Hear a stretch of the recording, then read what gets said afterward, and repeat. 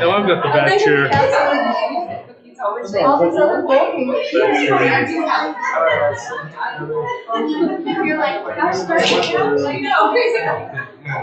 It's just so much. Mr. Bailey. You think I'd go look at the higher back anyway? I think it belongs to me. Just a bottle of drink. Would you drink if I brought it in? She brought me a drink. So I told her. Caffeine free?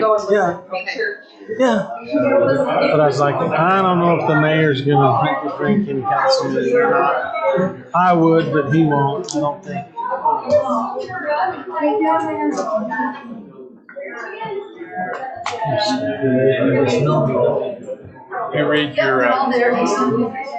You read your emails and stuff? Emails? Yes, I did. I have no problem. Bill, I don't think the very last one is from Phil Nelson. We should approve the new zone. I think it's unfair that we're charging.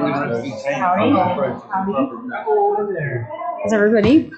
You can rezone it, but It is unfortunate. that's fine. I've never really considered. And he's saying that we're doing him a favor by.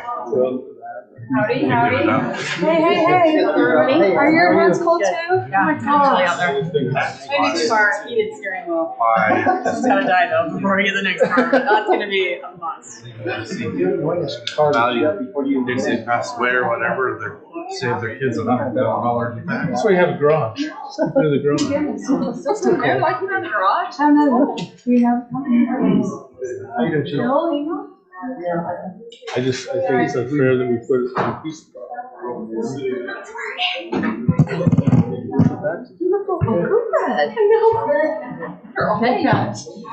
Yes. But it's new zone to it.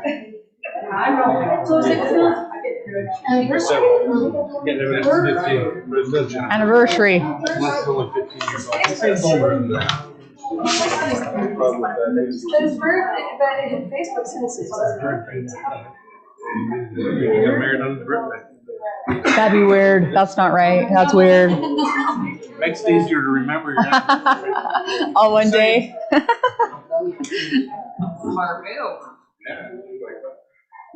One minute till showtime. Everything's working.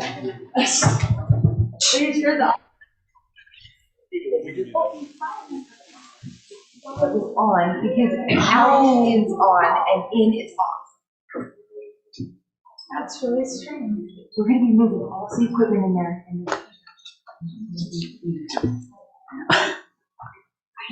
But Chief.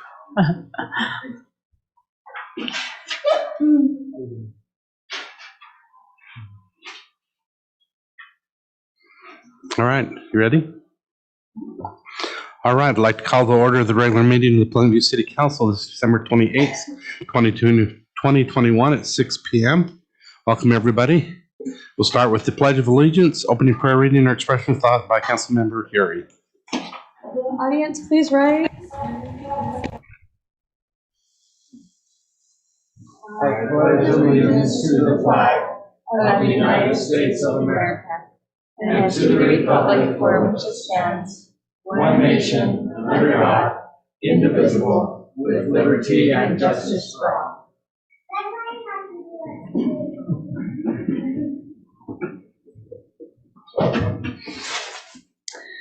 Our Father in heaven, we're so grateful to gather together here as residents of this great city of Pleasantview. We're grateful for the warmth that we have in this building and the opportunity that we have to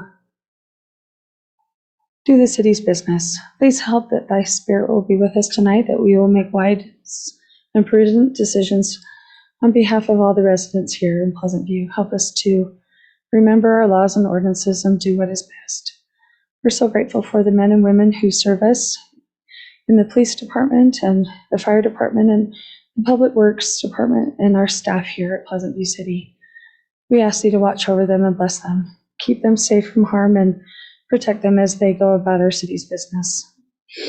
We're so grateful for the leaders of this city as well as the state and nation. And we ask you to please bless them, that they will be good stewards of their office and work on doing what is right and what is in the best interest of all those that they serve. We're so grateful for this great state of Utah. We ask you to please bless us, that we will continue to receive the moisture that we need to sustain us through this next season, and help us to be wise stewards of that moisture as well. We're grateful for all that thou hast done for us, and we ask that thy Spirit will be with us this evening, and we say these things in the name of thy Son, Jesus Christ. Amen. Thank you. Next item is declaration of conflicts of interest. Has the council had a chance to review the agenda, and are there any conflicts to declare? Seeing none, we'll move to the comments or questions for the mayor and council, limited to 3 minutes. Is there any member of the public that wishes to address the council? Seeing none, we'll move to the consent items. The minutes of September 14th, October 26th, November 9th, November 16th, November 30th, and December 14th, 2021. I just have a small change on December 14th, page 4. Just keep Priest's name. Preece is all. Yeah, instead of priest, it's priest. EECE. Yeah, thanks. Okay, any others? Mayor, I'll make a motion that we can approve the consent item. Second the motion. Motion by Gibson, second by Marriott. Any further discussion? All in favor, say aye. Aye. Any opposed? Motion carries. First item of business is discussion of possible action to establish a voter participation areas within the city. Presenter will be Daniel Wade with Weber County. Welcome, Daniel. Good evening, Mayor, council members. My name is Daniel Wade. I'm the acting elections director for Weber County. Recently, the Utah legislature has been redrawing the political boundaries of the state, but there are also responsibilities at the local level. Excuse me. It's particularly with Pleasantview City, how this affects you. Based off of the official 2020 census data, the population data, and based off of Utah Code 10-2-301, Pleasantview is now a city designated as the fourth class. And as such, it is the requirement of the city council to establish 4 voter participation areas within the city. Voter participation areas are only used in conjunction with a city initiative or a city referendum. So sponsors of an initiative or a referendum would be required to collect a certain number of signatures of registered voters within the city, and then a percentage of those signatures must come from each voter participation area. When creating these areas, Utah Code requires that these areas be substantially equal in population, geographically compact as practical, and geographically contiguous. So the proposed voter participation area maps that you have before you that you were presented with, they do meet all statutory requirements. And because it is the responsibility of the county to verify any initiative or referenda, these proposed voter participation areas also meet the administrative criteria needed. So I submit for your approval the voter participation areas for Pleasantview City. Oh, thank you. A question I have is, how often do we revisit this? In other words, as the city continues to grow, one of these areas might, all of a sudden swell to twice the size of another area. Every 10 years. Every 10 It's years. with the redistricting. Okay, great, thank you. 2032, I'll be back. Questions? And what's the minimum? Is it a population minimum? Based off of population, yes. So the population of Pleasantview City is 11,083. So our target population for each of those areas is 2,771. So if you look at the population totals on that map, everything is substantially equal. Utah Code does not specify what substantially equal is. So we just kind of get it as close as possible.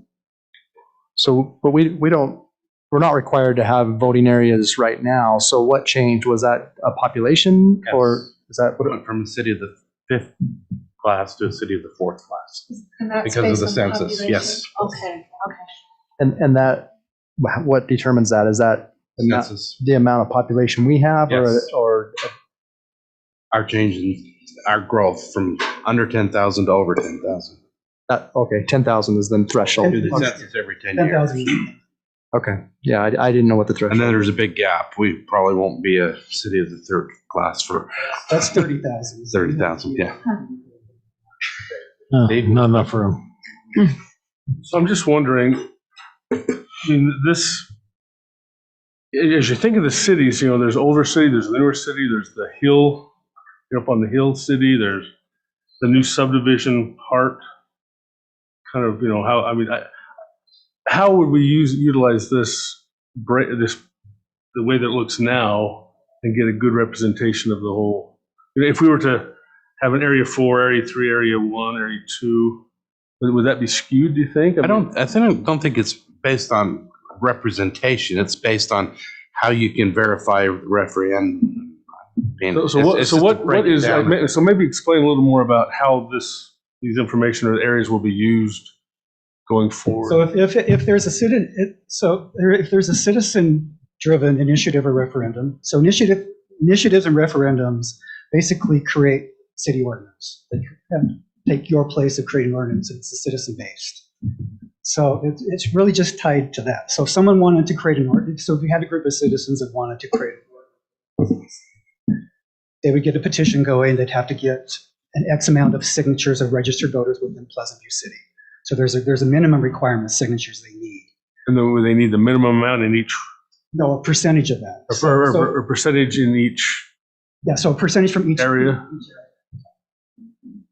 I don't know what those figures are. That figure depends on. It's basically so one area can't control the whole city. Right. Yeah.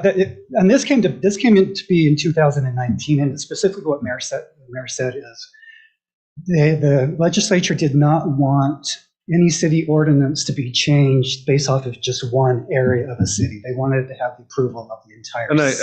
And I appreciate that. I'm just wanting to make sure that this breakup is the best to get a good overall message of this, or view of the city or whatever. I don't know. I just separated it based on population, kind of made it even. So these areas were built off of the precincts that we had to create at the county level. They don't. So your voter participation areas don't need to be based off of precincts. So you could draw these any way you wanted to. But because the county verifies those initiatives and because our software is based on precincts, if it's not precinct-based, then we have to do everything manually. So area 1 really won't have a tremendous amount of. It has the same population in it, but it won't have a lot of think growth. so. Yeah, it Demographically, does. it might be different demographically, But if that's but not but that's population. on the west side of 89, there's not as many people on that side as there would be in area 3. Did you notice down below, there's like area 1 population is 2870 How can area 1 have that many? and 2 is 2768. Pretty But dense. I It's all high see density. what you're asking. I think that, based on population, it's kind of even Steven, but demographically, it would be different. As long as we're using it overall, and to get a chunk of everyone, I agree with that. And I can see that. I just want to look at the devil's advocate or whatever that what we're approving. If there's a downside to it, I guess. I don't know, because we didn't set those. You set. I set those. Yes. You set those off of. Are there 4 separate voting or precincts then for voting? We have 11 precincts in Pleasantview. 11 of them. Okay, and those are Yeah, kind they of combined. Okay. We group the precincts together to create the voter participation areas. So I have a question. Would they still vote by precinct or now they vote by like area? It Doesn't doesn't affect change the voting that. at all. Only has to do if there This is. doesn't an initiative. affect that. Okay. So if you don't have an initiative and a referendum in the next 10 years, this isn't even going to factor. And it's only for city referendums and initiatives. And you had to do this because now we're class 4. That's exactly right. Okay. There are 5 other cities in Weber County that have the same thing, and we created those VPAs for them.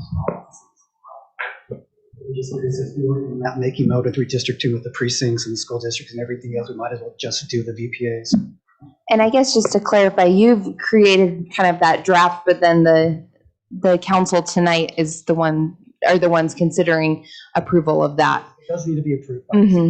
So I don't know if you've ever had instances where, maybe there is a big demographic shift in the community and you've worked with cities to mid that census period come back and tweak.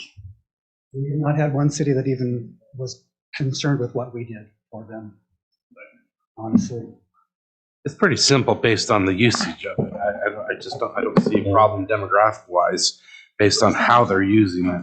Yeah. Seeing that, Mr. Mayor, I'd make a motion that we approve the voter participation areas as presented. I'll second that motion. Motion by Bailey, second by Uri. Any further discussion? All in favor, say aye. Aye. Any opposed? Motion carries. Thank you, Daniel. Thank you. Item 2 is a public hearing, discussion, possible action to consider adopting an A4 zone ordinance designated for animals within a minimum lot area of 4 acres, ordinance 2021-16. Presenter Jill, I'd entertain a motion to go into a public hearing. So moved. Motion by Bailey, second by Uri. All in favor, say aye. Aye. Jill? All right, so this is just for the ordinance.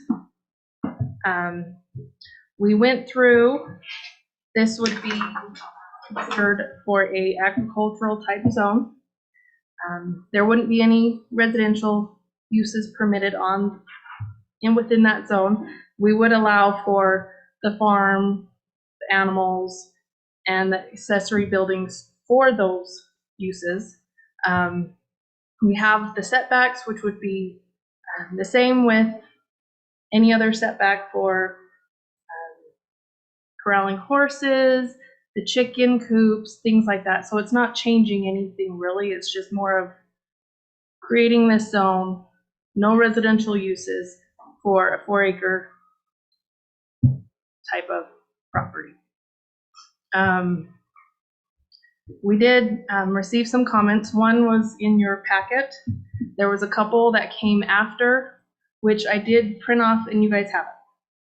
So we've had 1, 2, 3, 4 people that did reach out to me. And this was recommended for denial to the city council from the planning commission. And as staff with ordinances, we don't have any recommendation with ordinance proposals. Yeah, the property size is exactly 4 acres, or I mean, what's the zone or the property variances? Okay. Okay. And A2 would be the next one up, right? With 5 acre minimum. Oh, sorry, 2 to 4. 5 would be the next A5. one. A2 allows. The same. It's same. Same. Allows residential. Residential. A4 A5 does as well. Okay. Okay, this is a public hearing. Are there any members of the public that wish to comment on this? Please state your name. Derek Draper. Thank you. We were 400 West. Can I have that back up? Will you take it off? It's just on the bottom right there. Okay, so there's no houses on here, and it's for farm or whatever you want to call it. Agricultural. Yeah, agricultural, okay. And the lot coverage, it says no building or structure or group of buildings with their accessory buildings shall cover more than 70% of the area of the lot. So basically, like if I was to play the system and go within the code, I could buy a 4-acre lot, 1 acre with a couple horses or cows on, and have 3 acres and use my, do a farm feed or whatever I want, right? And I'd be within this code. Because I can control 70% of the lot with a building. Are you understanding my concern? It's vague in the sense is if I buy 4 acres and I just fence off 1 acre, I throw some horses on it or cows, whatever you want to call it, and I put a massive building on 3 acres, right? And then I use it to run my business or whatever I want to do. I'm just saying, I think it doesn't need to cover. As long as your building is accessory building related to agricultural. Correct. So I could run hay. I could have it shipped in and then run it from there. And then we end up just like we got the Pepsi plant here. It's a distribution. We collect no tax. Oh, no, that's a business. It fits the guidelines, though, is what I'm saying, is that needs to be changed. That's just my argument. So, Good point. Any other comments? Yeah, Roberts, I understand this is just to benefit one particular landowner at this time. So I would propose that we rezone my property because my taxes are way too high. I don't like it. It's cherry picking. I don't see how it benefits the community or the city. It doesn't fit our master plan for that area. I realize that changing it to commercial changed the value, which is in the benefit of the landowner.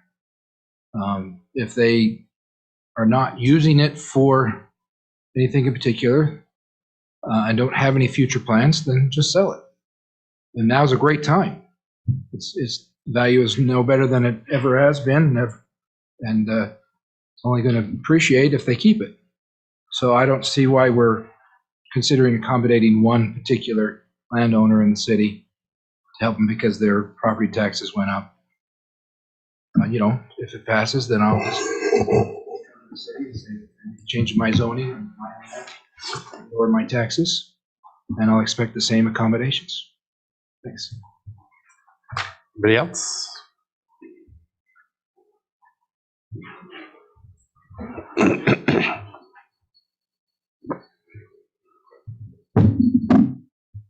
Douglas Dixon is my name. This is my wife, Tim. We live at 3930 North, 3500 East in Liberty. And the next item on the agenda is dealing with our property specifically. This property has been in our family since 1918. And there's a show that my wife and I watched, and it says, "Still Mine." And today, that piece of property down in Pleasantview is still mine. And I promise you, the city has the power to use a sledgehammer to bing people unintentionally. And there's no question that I am coming to you today to approve item number 2, and then I will spend my time on item number 3. But we have 3 minutes, don't we? We have 3 minutes. Get more than that. Anyway.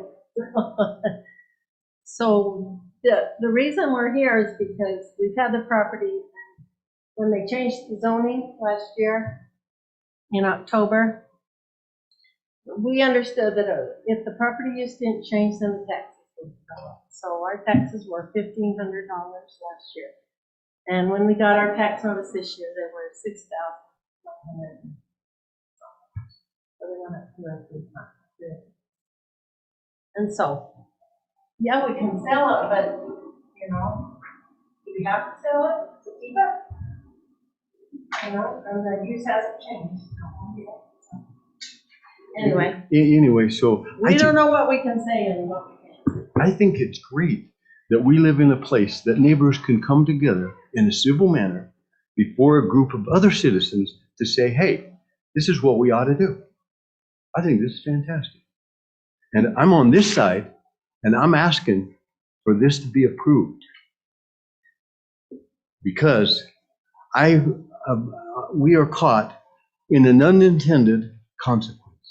I'll have more to say in just the next. May I ask a question? What are you currently using the land for? And, has that been the same thing you've used it for the past 2-3 years? Yeah, it has horses. It has horses, and sometimes I take them up to my place, but Paul Curzay out in North Ogden, he's been to that pasture, for years on years. There was a time that maybe a year between getting him off and my boy on there that it hasn't had horses on. So it's had horses or animals before. My dad had brought cows on. That's what it's always been. And we don't want to be forced. Here's the reality. We don't want to be forced to sell our ground. My wife and I, we raised 10 kids. This has been her security blanket, her daddy's security blanket. So all the time, and with women, they like security. There's no question about it. So it's always been an opportunity to fall back and say, we have something. And it's like, I don't want to go put a teepee on there and move in. I don't want to put a trailer house in there. I have every intent to help the city to help the city develop their Riverdale Road down 2700. I want to see that. I was so glad that they put 2700 in, and there was enough foresight by UDOT between Pleasantview and North Ogden to say, let's connect that corridor between Washington and 89 all the way out. It's been very accommodating to take all that out. All I'm asking you, my friends, my fellow citizens, is that there is a situation that's terrible, unintended consequences. Please think about that and what it would be like if the shoe were on the other. Thank you. Any other questions? Okay, I do want, I'll see more on it. Okay. Anybody else wish to speak? This, if not, I'd entertain a motion to close the public hearing. So moved. I'll second the motion. Motion by Arrington, second by Bailey. All in favor, say aye. Aye. Any opposed? Motion carries. And Mayor, if I could just make one remark with the language that's in your packets, there were some tweaks made in between now and Planning Commission, just for clarifying language. I don't know, Jill, if you wanted to speak to. I need to kind of clear it up a little bit more as we were trying to. Is that what the red lines are? Yes. To add additional clarity. Okay. The cost minimum and so on and so forth.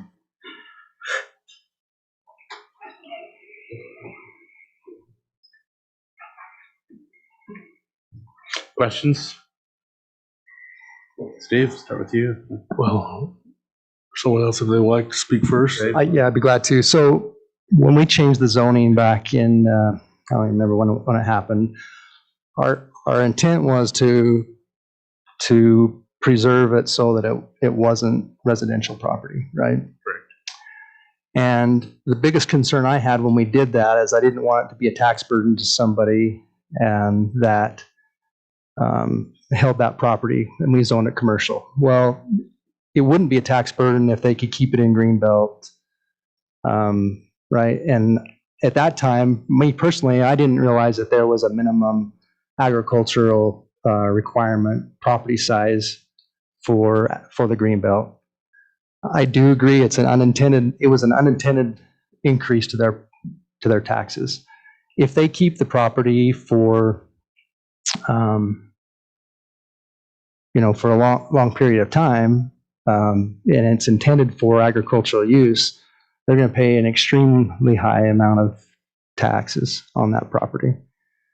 And I don't think it's fair to them to have that, for them to pay those higher taxes. None of us would want to. I didn't realize the history of this property, but every single piece of that property down there that we changed the zoning on has a similar situation, but they're able to get into Greenbelt. So I think, it is a valuable piece of property, but it's only valuable if you're going to sell it. It's only if the price for taxes is reasonable if you're going to sell it or if it is a commercial piece of property. But I think that was unintended, and that's not what we really wanted to do when we zoned it to commercial. So that's my thoughts on it. I think we need to remember what a zone is for, what the city does with the zone. And the original reason why why you guys changed it, I did vote against this particular thing, but is to help manipulate a vision for the future, which the commercial area, we wanted that to be commercial. We did not want it to be residential. And I think Jill has done a great job at fixing this so there's no residential. Mr. Draper talked about putting some big commercial thing in there, and I don't think that's it. If we need to change that so those are not in there, but I don't think the Dixons are going to be putting a big, something in there. But if we do need verbiage in there that states that's not allowed, I guess we could do that as well. But I agree with Dave. I just think it's, and we had that question too. If we do change the zone, if it doesn't change what they're doing on it, it wouldn't change. And I think that's a county thing. I think the county needs to adjust how they go about calculating the taxes, because it's ridiculous to go from that much. And so I will be voting for the zone, the A4, that does not allow any residential. We don't want that down there. We do want it eventually to be commercial, which I think everybody agrees that's a wonderful spot in our city to be commercial. And as we as a council see those the directions as we zone, some people say it's spot zoning, and it's the right thing to do. And I just we had a gentleman talk about he wants to take his residential. I don't know how big your property is, and don't comment, but I would say it's probably a half acre or whatever lot you have, and come in and change it. If you rip your house down and put something in there for horses, yeah, we'll take. We can make some changes there as well, but those are silly things, I think. So we definitely want commercial, but to change it to have that much, I think it's something that personally I'm going to be voting for, the A4 zone. And anyway. Anybody else? Okay.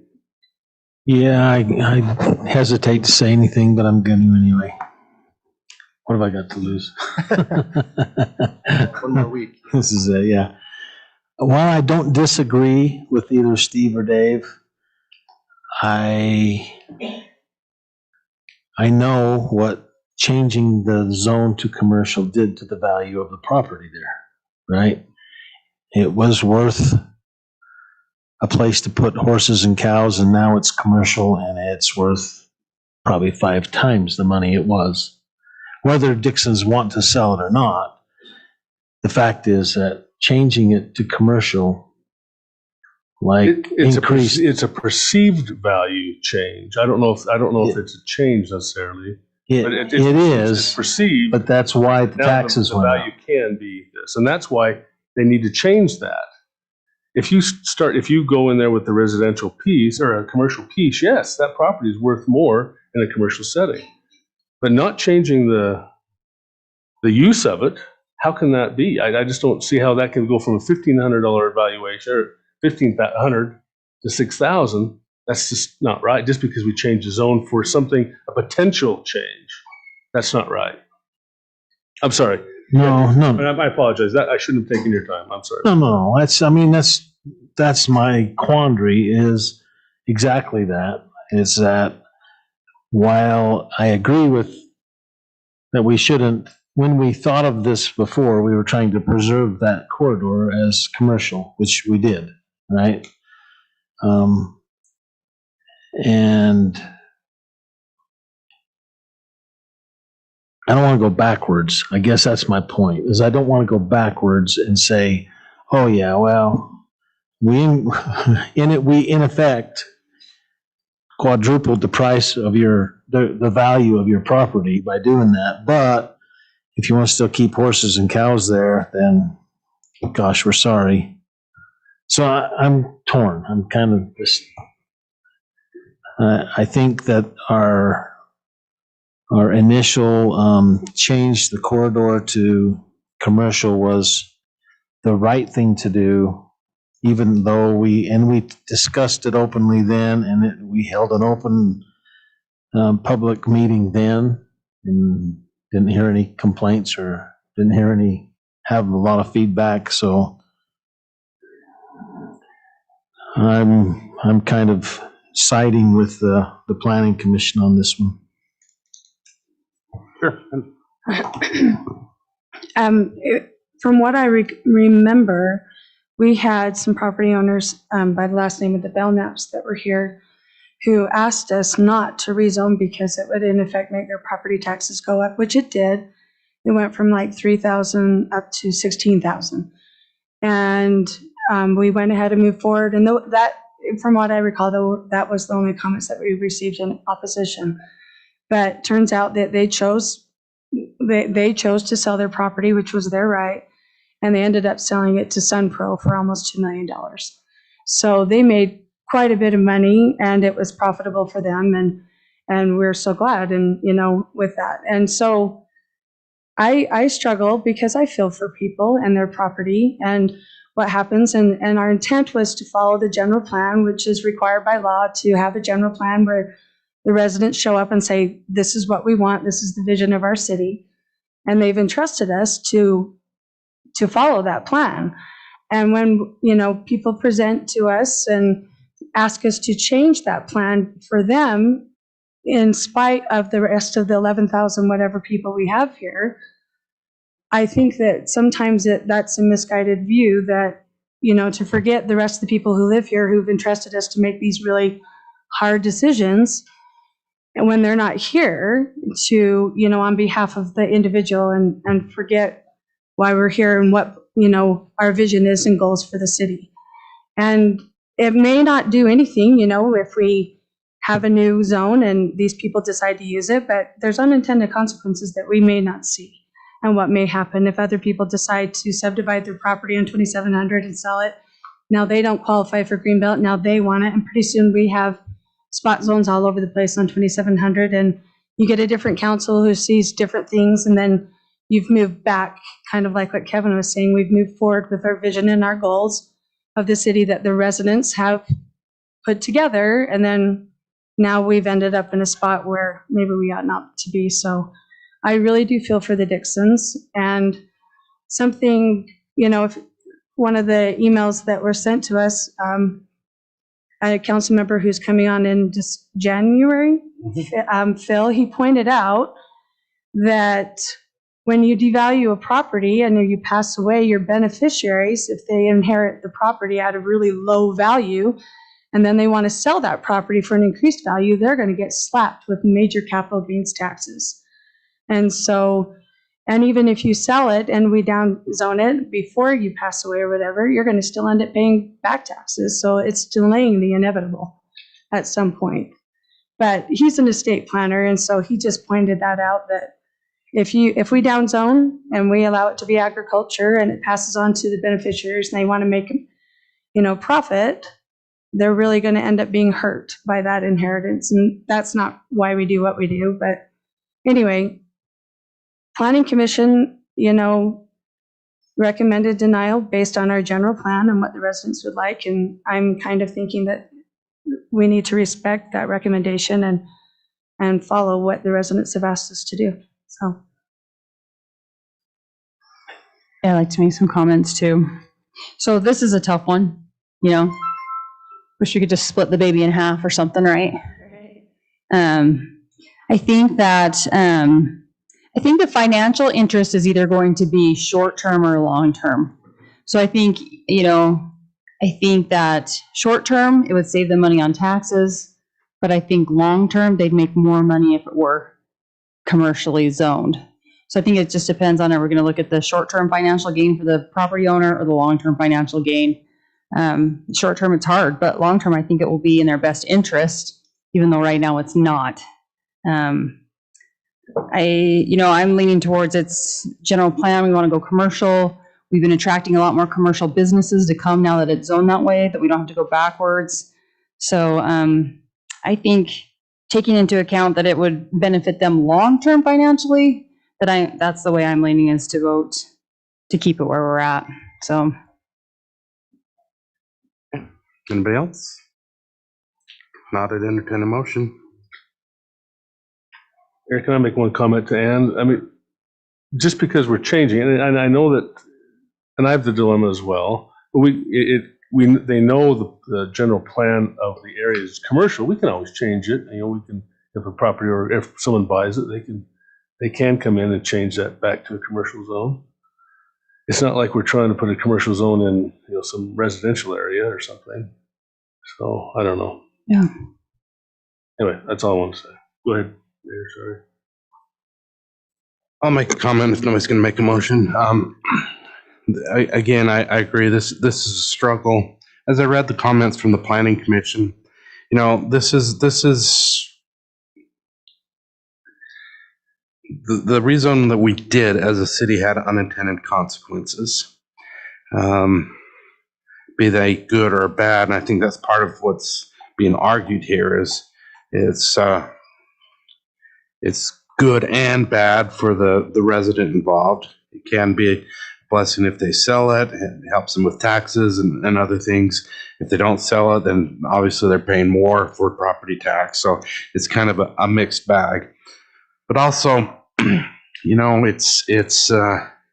we're creating a zone that could be used in other areas. You know, it's just not creating a zone. This particular public hearing is just for that zone. If this was to pass, then we'd go ahead and move forward to the next action item, which is to consider a rezone from C2 to A4, which is not in the general plan. You know, the comments made by the Planning Commission kind of married the two, and we're kind of marrying the two also, because that's what's before us today. It's a tough fix. Why we want to? I wish the county could help us out here. Because I supported Amy's bringing this forward. I thought it was a good solution to help them fix their problem. Take the residential component out, which meant we needed to create a new zone.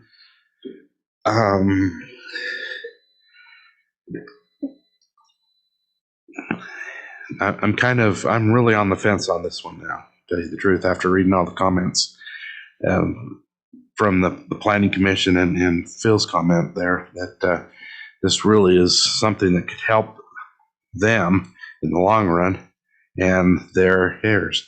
So just keep in mind, what we're talking about right now is, should we adopt an A4 zone? That's kind of my bottom line here. Not, are we going to rezone them? Does it meet the general plan? Should we create an A4 zone? And where in the city would we like to apply that? Because currently we have nothing in our general plan that calls for an A4 zone. That's kind of the bottom line. So if we're going to adopt it, we're going to want to revisit our general plan and say, where is this zone applicable? Steve? Is there any other areas that are just farmed? I mean, I can think of the Tina's piece, you know, down along 600, that's just agriculture. I think that's A20.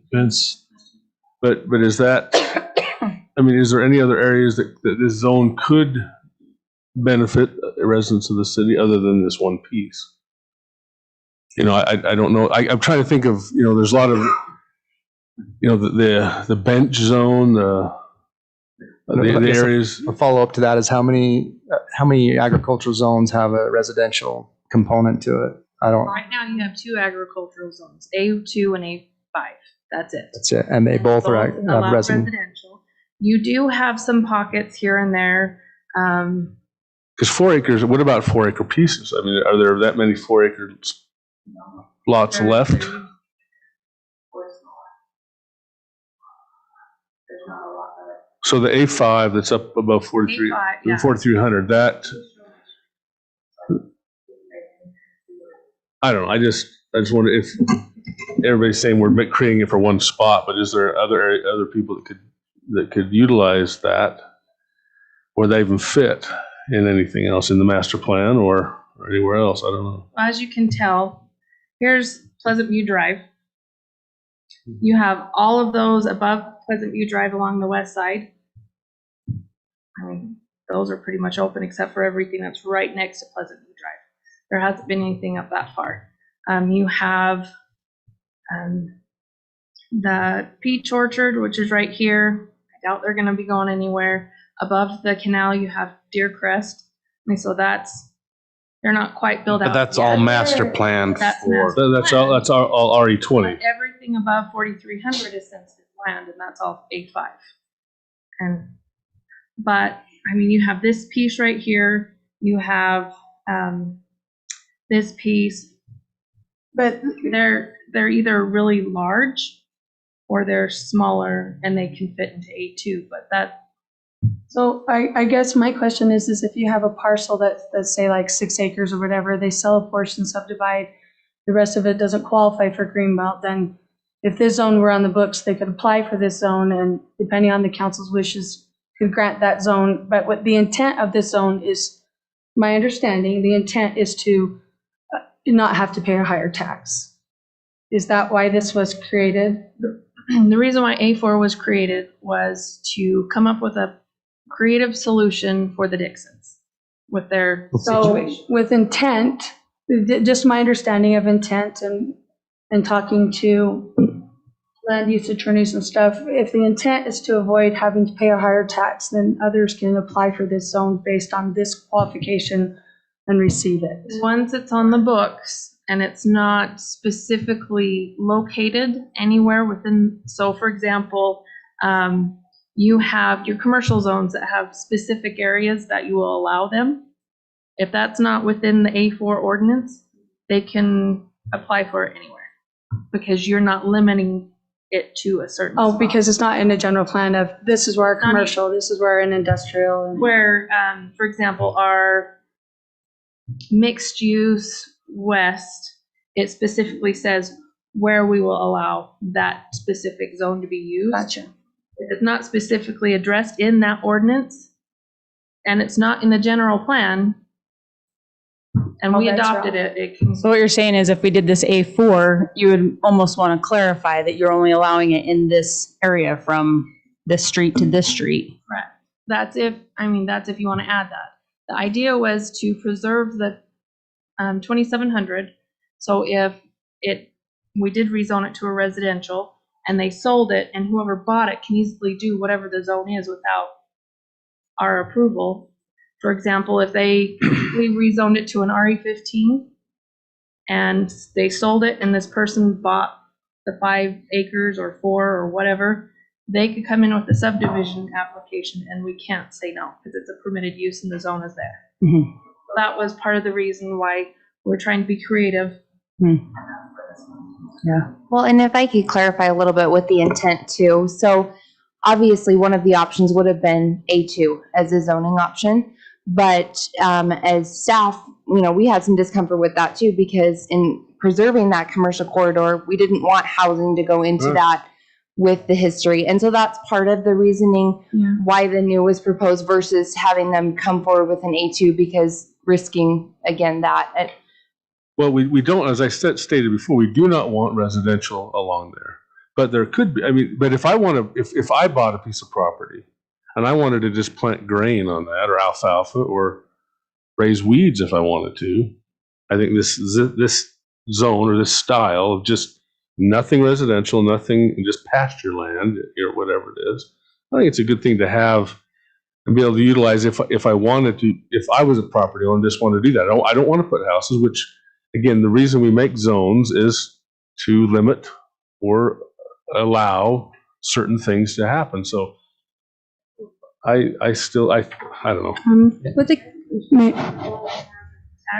How the taxes work, property taxes, I've gotten all the information from the assessors if that's what would help. Well, I think maybe on the next one. okay.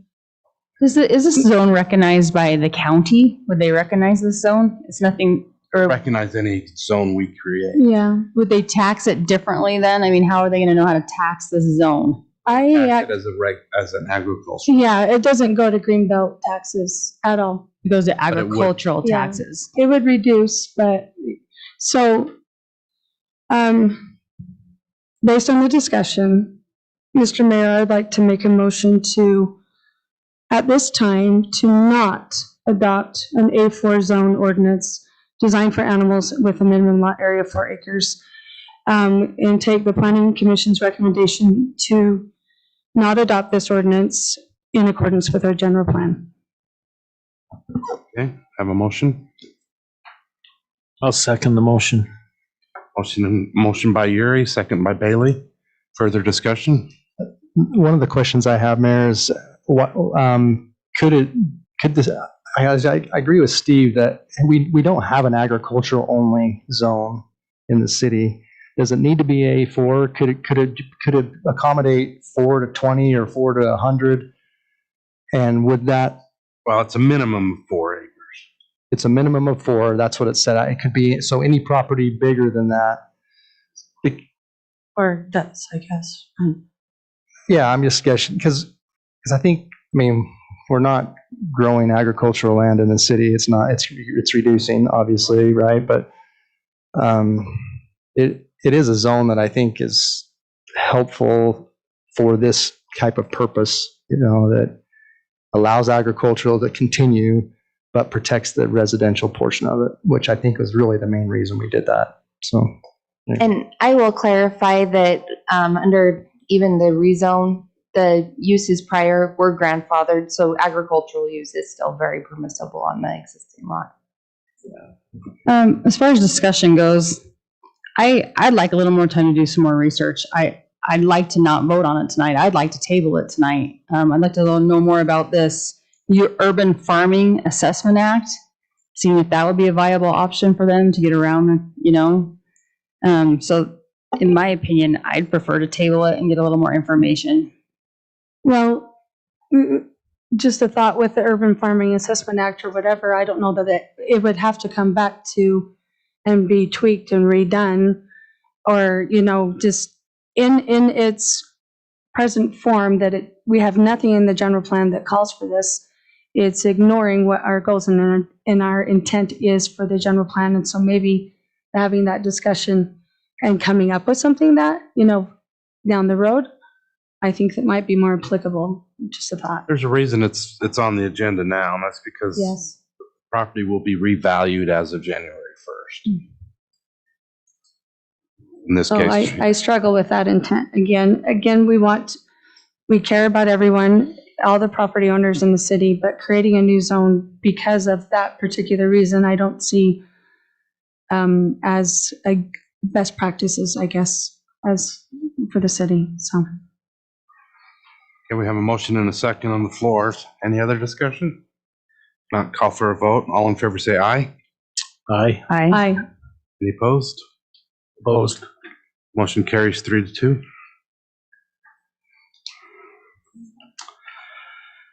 I assume we don't need item 3. Yeah, I think that's correct. It wouldn't be appropriate to act on item 3 because the There zone is no in zone to- question doesn't exist. Mayor?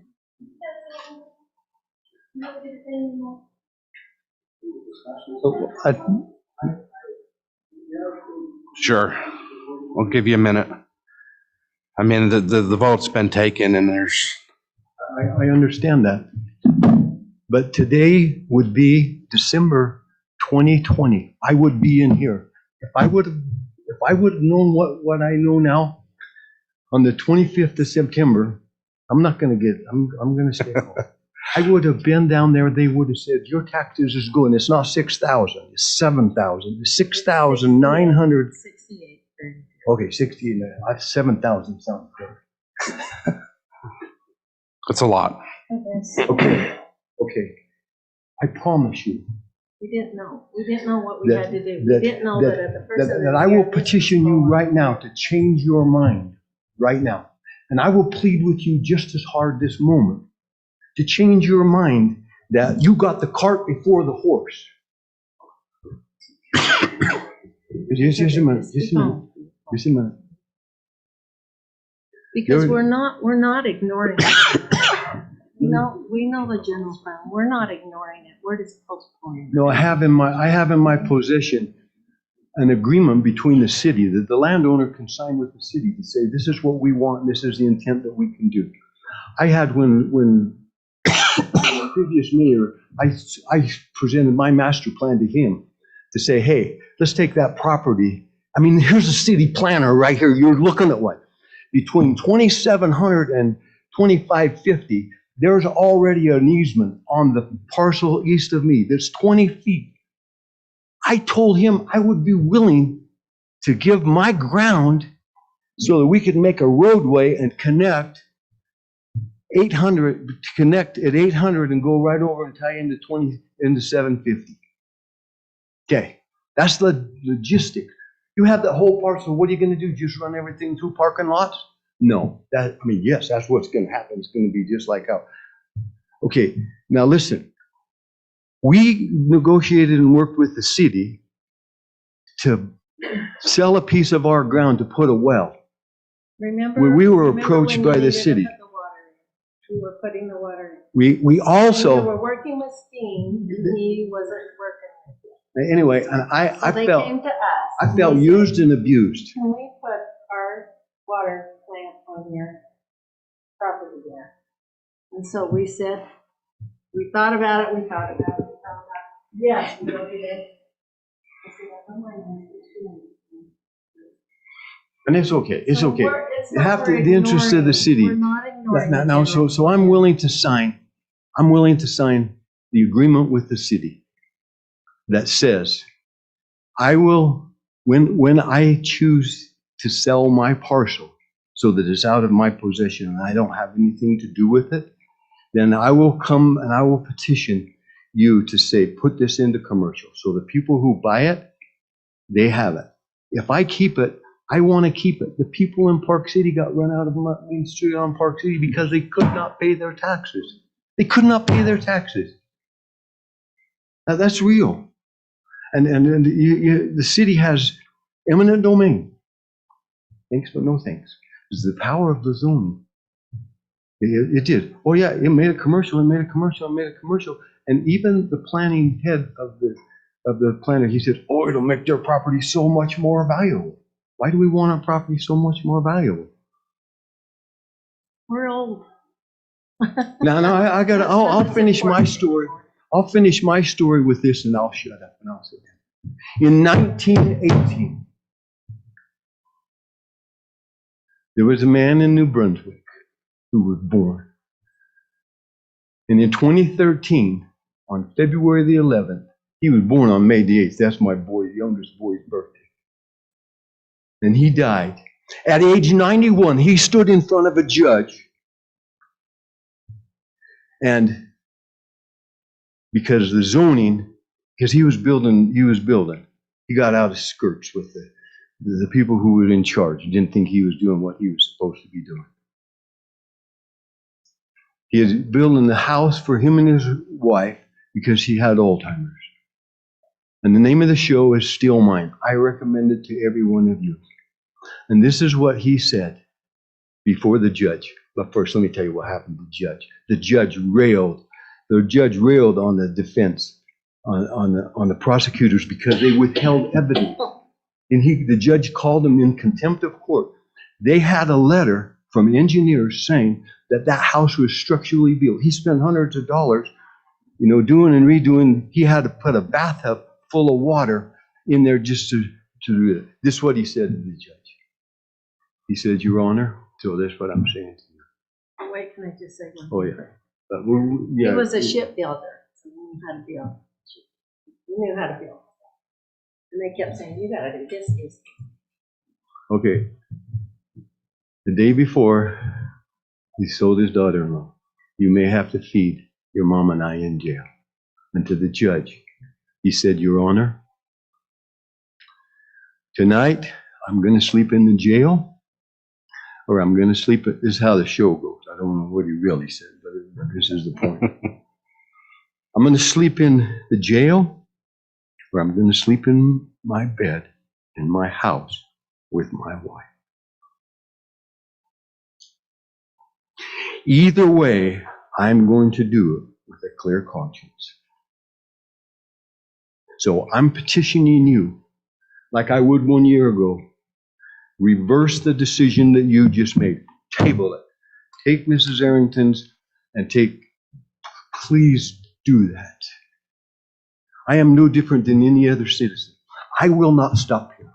I promise you I will not stop here. If you do not reverse that, I am on a mission.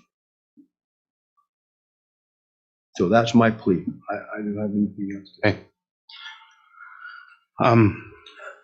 I'm just going to give a little bit of background here, how this all came about. And the Dixons contacted, I don't know if they contacted Jill or Amy, and administratively, we put together this A4 zone to present to try to solve your problem. It's really irritating to me because that we are trying to solve a problem that is really the county's problem. And then they'll tell you it's the city's problem. Yeah, exactly. No, but we didn't tell them to do anything. They just go in and they just say, oh, look, the zone on that's now C2, so we're going to quadruple the the value of your property automatically. The property nothing changed on your property. Is that correct? Absolutely nothing, except more weeds grew. Okay. But the county turns around and says, oh, well, it's worth 5 times more money now. It was the same. It was worth the same before as it is now. You could have still sold it for the exact same amount of money, and the new buyer could have come in and asked for a rezone and da da da da. So we tried administratively. We tried, but there is a process, and there is a process that we have to go through, which is, planning commission, and then the city council listens to their recommendation and so on, and they consider how this will affect not just your property, but what does this mean? And you've heard some of the discussion. What does this mean throughout the city? There is no general plan for this. If you boil it all down, the city was trying to fix a problem. It's not a problem of our making, and they'll tell you this county will tell you it's our problem, and the bottom line is it's your problem, and how it got there is, but the planning commission made their recommendation and said, look, this really doesn't fit our general plan. This doesn't, and so you have every right to bring it to the council and say, hey, we disagree with the planning commission, and that's why it's here, and the city council has every right to vote their conscience however they feel, and that's kind of what happened. It would have been easiest a month or 6 weeks ago or 2 months, whenever it was, for administration to just say, that's just the way it is. We tried, is what I'm saying. We tried. We really tried, but at the end of the day, yeah.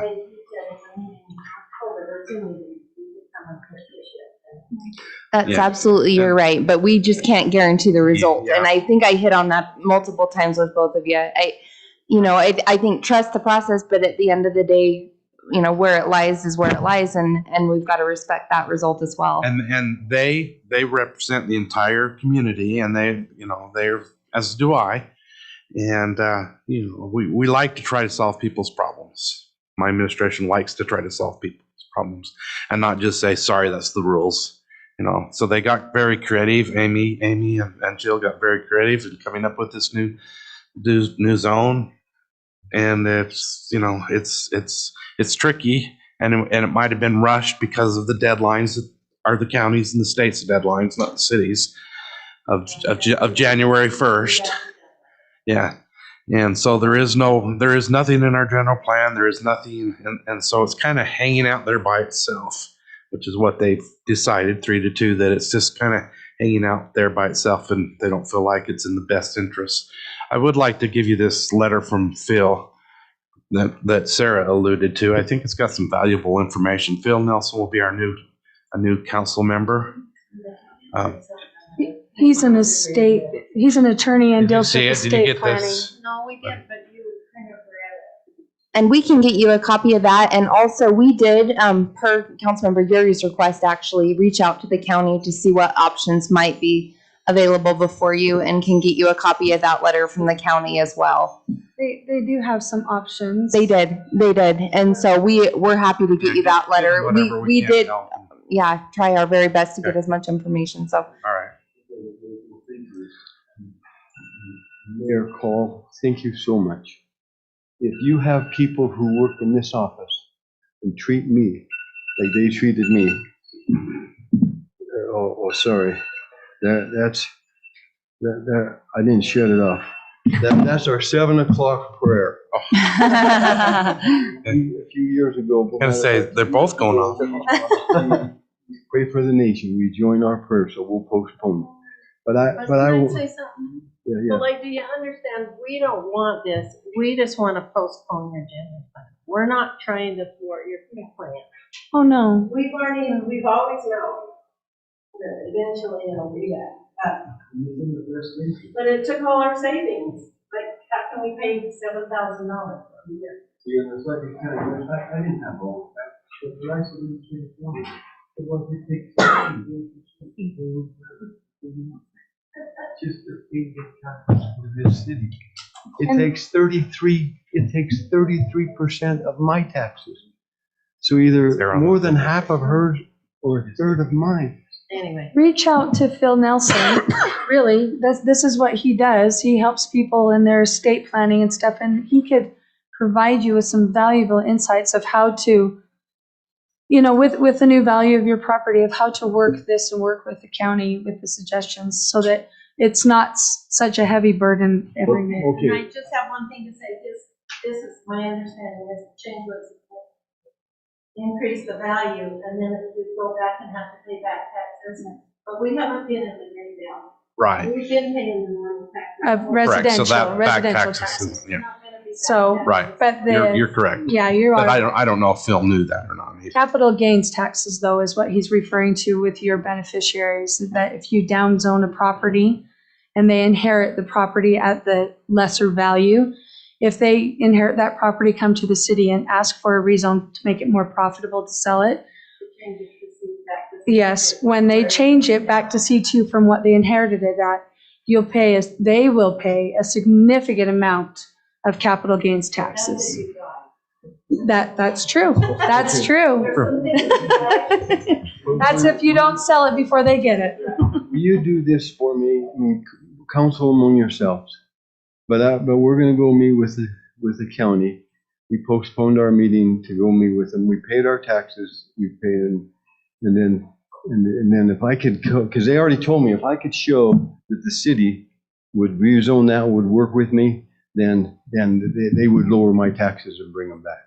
So I want the best for the city. And the city, like, Yeah, all they do is they brush We- it off. They brush it off. just they that said, fast. if you guys are the ones that make the rules, and then they have to follow your rules.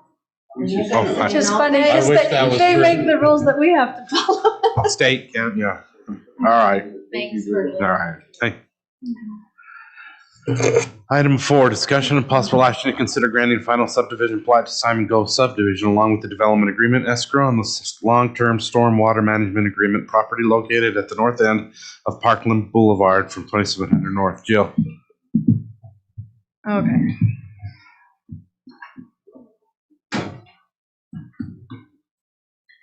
So hopefully you were able to read your packet and are ready to record. That's why it's brought before you guys. The escrow is posted. It's a valid account. Everything looks great on the escrow end. The development agreement, I didn't see it before, but you guys already approved it in July, so you guys don't have to worry about that. That's already done. The long-term stormwater management agreement, that is going to be on this first parcel right here.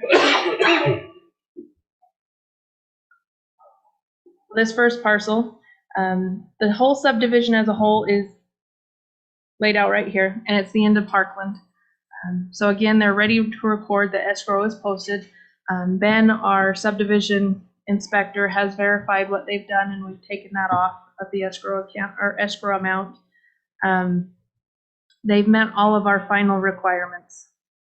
So that's why it's in front of you guys today. Because now they've met the requirements and just to approve the So final. they're ready to record. Yep, and everything's the way that we requested and needed it.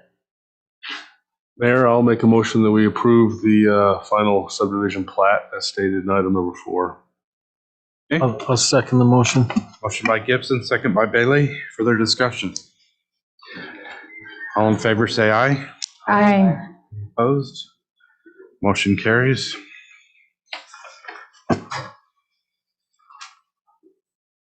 Do we know what's going in there, Mayor? Jill, Isn't this the winery? Yeah, that's the winery. Okay. is there anything else going in there? Right now, it's just the winery. Have they started? They're gonna need agricultural to grow grapes? They grow grapes somewhere else. Their building permit sitting on my desk. We're just waiting for the central to give me the impact amount. That is And then their pre-cons this Thursday. I know, we moved DRC this week. It's throwing us off. So, and then they'll be starting on that pre-cons too. So. All right, thank you. Item 5 is discussion and possible action to consider approving a memorandum of understanding with state debt collection for the collection of debt owed to the Pleasantview City Justice Court. Laurie. Yes, last time, well, sorry, you're always welcome to sit close. Sorry. No, last time you asked to have Mike House look at it and Gage Arnold to look at it. Yes. Gage wrote me back and he says, it looks fine to me. The OCDC is the only game in town when it comes to collecting monies for the court. Mike House looked at it and he says it's one of those agreements that you use it if you want to. You'll have to refer whatever you want collected to the court anyway. So yeah, they're for it. Like you said, it's the only game in town when it's okay. Yeah, it called for an attorney review, so I just wanted to make sure. Okay, any questions? If not, I'd entertain a motion. Okay. Still entertaining. I'll make a motion, Mayor, that we approve. I had to start reading it. Are we going to get any money out of this? Or is it just going to go right to the court? Well, we get our take. I mean, it's. What is our take? Unfortunately, the state gets How much? Yeah, how much is our take of that? How much is outstanding? Do you have any idea? Okay. Yeah. Ton. Lot. Anyway, Mayor, I'll make a motion that we approve this memorandum of understanding with the state debt collection on item number 5. I'll second that motion. Motion by Gibson, second by Uri. Further discussion? All in favor, say aye. Aye. Opposed? Unfortunately, motion carries. Unfortunately, the COVID and the shutting down of the courts have generated a lot of non-compliance and warrants, and it'll be interesting when courts are fully functioning again and operational. If those amounts shrink back down, or people just wait until they get caught again, and then I don't know, it'll be interesting. It's unfortunate side effect. Catch and release. There you go. Pretty much. I'd study on that. Well, I will throw in one piece of information there. We've been working with Amanda Shipley, our court clerk, and are actually looking to convert our payments to online. And so maybe that will increase compliance. So that'll be good. That's good transition. Okay, item 6, presentation of possible action to adopt the Public Works org chart, subject to budgetary constraints and incremental implementation. Tyson. Amy? Tyson? Whoever's going first? We're both co-presenting. Okay.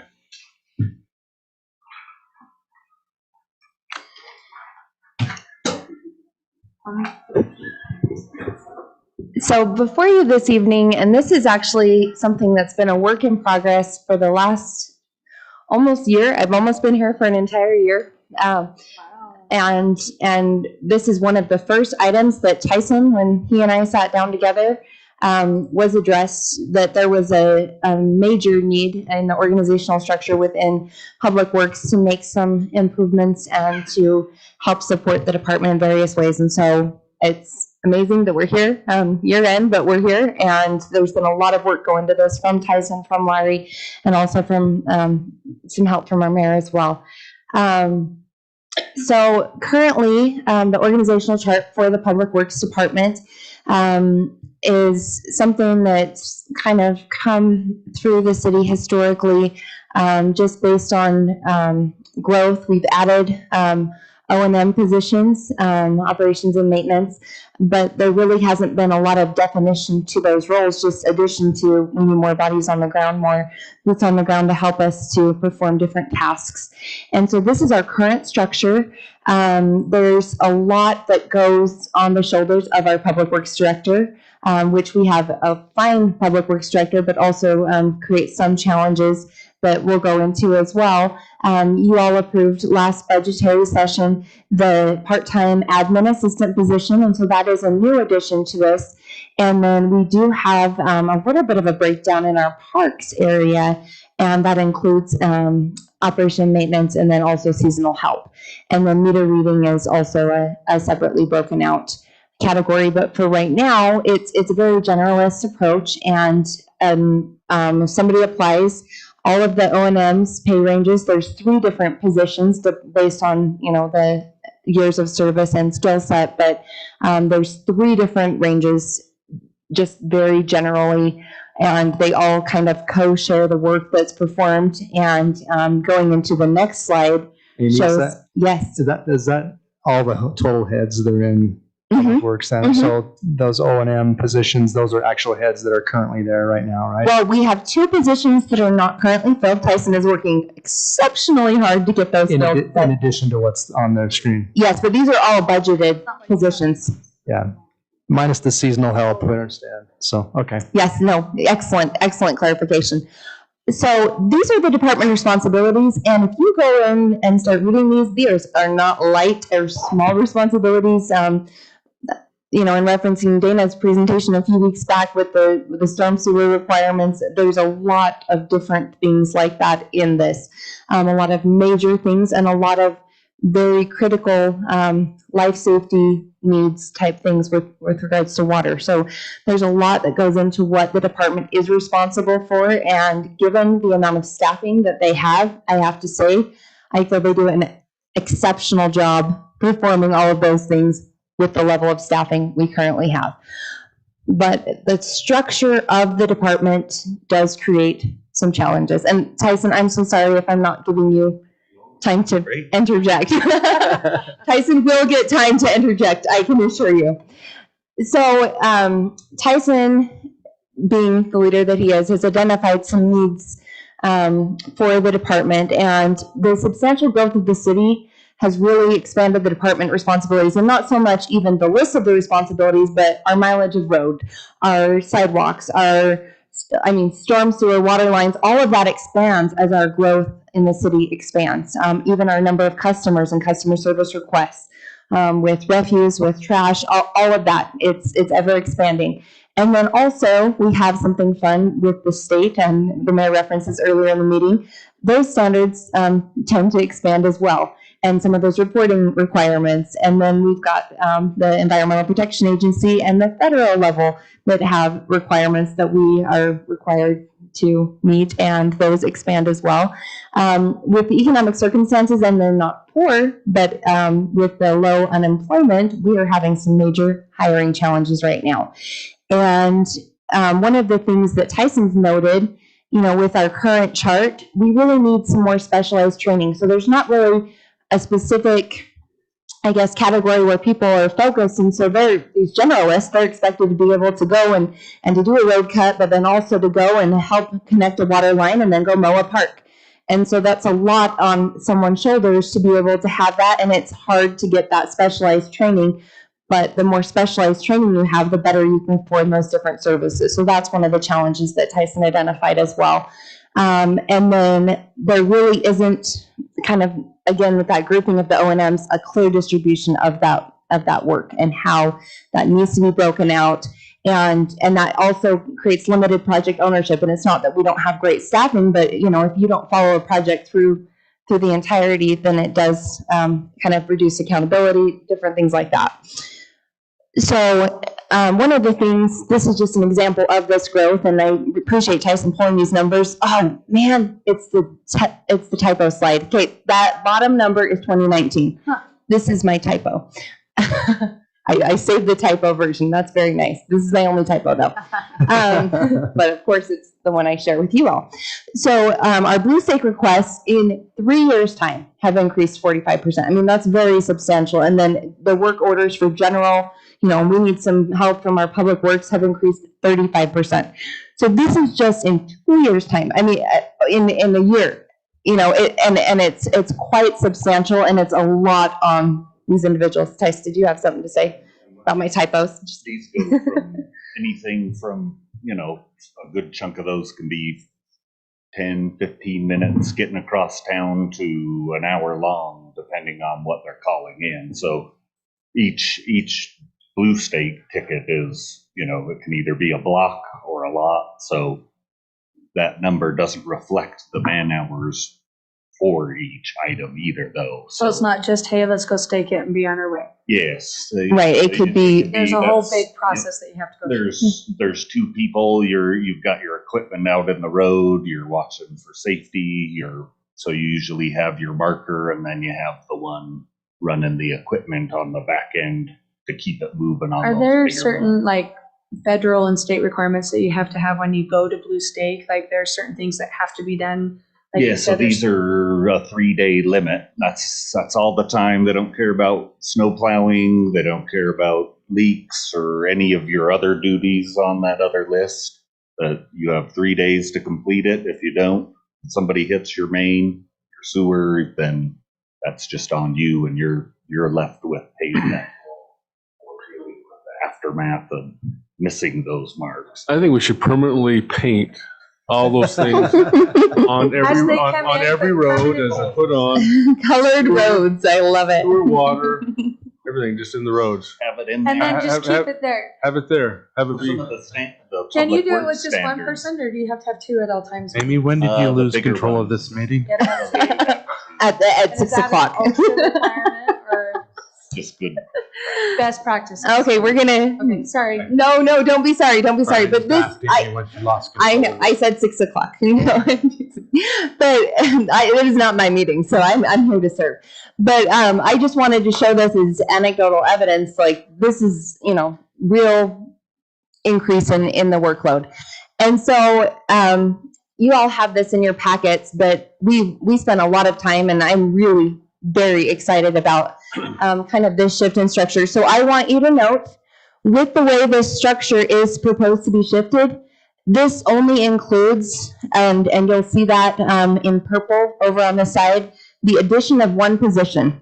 It also includes, and this is basically going to be proposed for your fiscal year 2023 budget, moving the admin assistant from part-time to full-time. And Tyson, if you wouldn't mind speaking to how the impacts that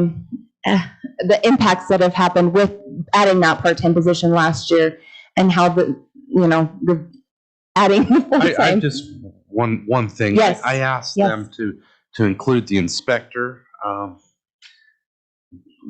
It was not on here originally. I asked It wasn't prior to me, Mayor. because it is mandated. I mean, we got in our training that we are going to have to do, to comply with the state and the EPA. We've got to come up with, we've got to do better before we get it. Now, here's the kicker. They're out doing lots of audits right now. That seems to be the new pastime of the state. It's not if, it's when. Yeah, perform audits. So I wanted it on here so we could at least show we are making progress. And that's a requirement that the Yes. state has to have. This is an EPA inspector, is that all they're It's doing? by the State Division of Water Quality. Well, I there's, believe. this inspector position will be across the board, and the job description will come with the next Yeah. budget. So It's just kind of the on mayor, here this, as a placeholder. yeah, so for tonight's action, I'm sorry, Tyson. I was just gonna. Well, what I didn't want to do is approve it without Oh, back to you in 6 months and say, oh, by the way, We we're need this gonna too. Right. change this all. Right. to Oh, that. Tyson, I'm so sorry. I just wanted. Even if we decided not to fill it. or I just something. didn't know what type of inspector, what you're. Yeah, you're gonna do water, sewer, storm, yeah, kind of all the, your LID, so Yeah. a lot of that list back from the stormwater. We don't even have a job presentation, description yet. So, Like I said, so it's just a like the responsibility stormwater placeholder. management agreement, I think we've adopted roughly 20 just in the last couple years. But we are supposed to be annually having a guy go out, inspect those, make sure they're upholding those agreements, and those are all part of that audit and the tracking. You have to have all that tracked. When did you go? There's notices that come into play, and that's where the admin assistant position has been very instrumental. In Can that be helping can that be done happen. through a contractor like a Sunrise? I mean, I know Sunrise does our inspections on housing and stuff like that. But could we contract out that inspector position for those things without? well, we can certainly I'm look not into sure. it. Like I Yeah, said, we can- it's just a I placeholder now. understand, but I'd like to look at something like that versus bringing in a. No, it's been mentioned in-house as far as if how far they take it, because there's a lot that'll do some of your SWIP stuff, but I don't know how far they'll get into like your action agreements, you're more internal to the city. Like SWIP is a very specific thing, and then you've got your stormwater management plan, which SWIP is part of, but it's got its own set of standards and practices that you're supposed to be following, which is where this setup comes into play to keep all that rolling on the next level down in the field is Oh. Well, let's don't get too in the weeds on the inspector. Like I said, it's just a placeholder. Let's talk about the meat of why we're really here, if we can. Can I ask just a quick question? Sure. So just to clarify, all like, you know, your stormwater management plan, your SWIP, all those things, it's not an option. It's, you have to do it. Yes, those are all EPA state mandated. Yeah, it's not, oh, whatever. It's not even best practices. Decide which part of them Right. we do and don't do. Good old unfunded mandates. So all of these, you know, just like with the police department or anything else, all of these reports and everything you have to do are required by law and, you know, in order for us to be a municipality. So Yes, and that's what the audits are referring to, is Yeah. they're coming, you have action items that you have to provide your records showing that you're doing all of those action items, whether at the SWIP level, the stormwater management level, water quality. and they're all you've got- very time consuming. And so being caught in an audit without having done all these things can be major fines Yes. and even further action by, so. No, good. Okay. Good clarification. And so before you, you'll see, we actually are proposing for the org chart to shift, and this isn't an immediate shift. We're going to actually look at existing budgetary dollars to see how we can tweak, because again, we're not looking to add positions. The one thing that we would be tweaking is the meter reader, utility locator, and that kind of goes back to the slide prior with those numbers, to move it from a half to a 3/4 time position, to allow for accommodating more of the service needs that we've had. But the main intent of this is to break the department into divisions. And so it's that specialized, again, service that's being provided. So instead of all of the O&Ms covering all of the different things, there are some things that they will all be helping each other with. We have a small staff, so snow plowing, depending on the extent of a water break or, you know, different things. But for the most part, we'll have specialized training in these. So right now, there's not really the superintendent level. So Tyson's got his certs, but Tyson can't be everywhere at once. And so we would expect that these levels with the superintendent level have those certifications in those categories. And then from there, help to train their staff and provide that option of training so that they're specialized and trained in those different fields. And with water quality standards and sewer, there's a really strong need, Steve. I thought we were, on the meter reader aspect. I know that that's a meter reader utility locator. That'd be the blue stakes. Is that the blue stakes position? Yes, that'd help. So, we have changing over to our auto record. What is that in the next year or two? I mean, how long before we get that finished? And is that meter reader position going to be needed anymore? Yeah, other than I understand there needs to be maintenance and stuff, which the water and sewer department be, but that meter reader guy that goes around, that's going to be gone, right? So with your workload and PRVs, your emergency repairs, the requirements at your sources and like your spring areas, the goal is you're trying to get those O&M positions to be able to focus on their maintenance. So right now, they're blue stakers, they're inspectors, they're your resident contacts as they're going out. So those are the O&M positions you've got, three O&M, but that meter reader. The current setup. So when is that meter reader not going to have a job anymore? The halftime position that he has right now. So even on a slow year, you're roughly at 60 to 90 services this year. It got up to 180, and as you're trying to convert that position, because it's not that you don't. How much of the city is converted? third to almost 600 out of 2,000. So we still have several Yeah, years. quite a while. Plenty of time, and then you still have, so now with the leak What else did you detection, do not this auto late? leak meter, you have more service calls for that kind of stuff because you're aware of it.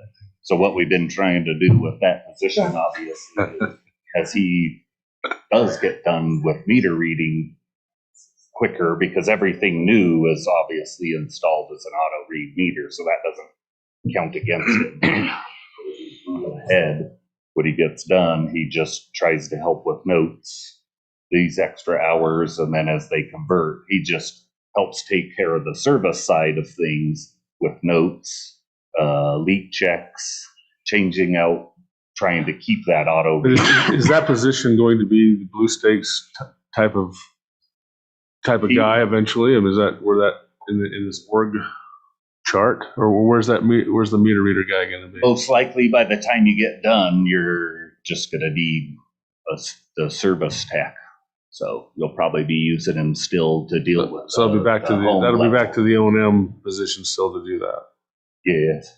So they can focus on maintenance. That one would be doing new installs, your leak checks, your probably your shut-offs. And that's where the new position's coming, is in the water and sewer. Where's the new position going to be? So the inspector is right directly under the director.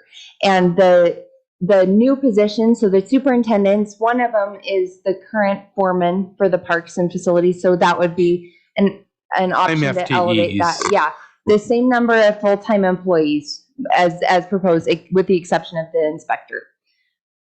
And if added, the admin assistant would be converted from part-time to full-time, but those will be budgetary determinations you all will make. So there will not be, you're not looking for a new position here. No, Other than the inspector. no, Full-time the meter reader utility locator would be bumped up in hours to 3/4 time. And an admin assistant bumped up to full-time. Possibly next year, contingent on the approval of the budget and how you all decide how to do that. I thought this was a long haul to get another position. That's where you're going. That's not where you're going? No, improving services, improving structure. This is mainly to shift how we're doing things. So I it builds in upward mobility. And so right now, I mean, the hope is we get people that get certifications in these, and then everything's not on Tyson's back. These are huge services, and it's better distributed. Out of these positions, which one are not filled right now? So there's still the 2 vacant. So there's which ones? One missing out of the streets, and I guess the O&M, the O&M, the operation, the O&M position out of the streets we're missing one. Yes. And because we're missing 2, right? Right, and so we don't have the superintendent positions for streets and water don't exist right now.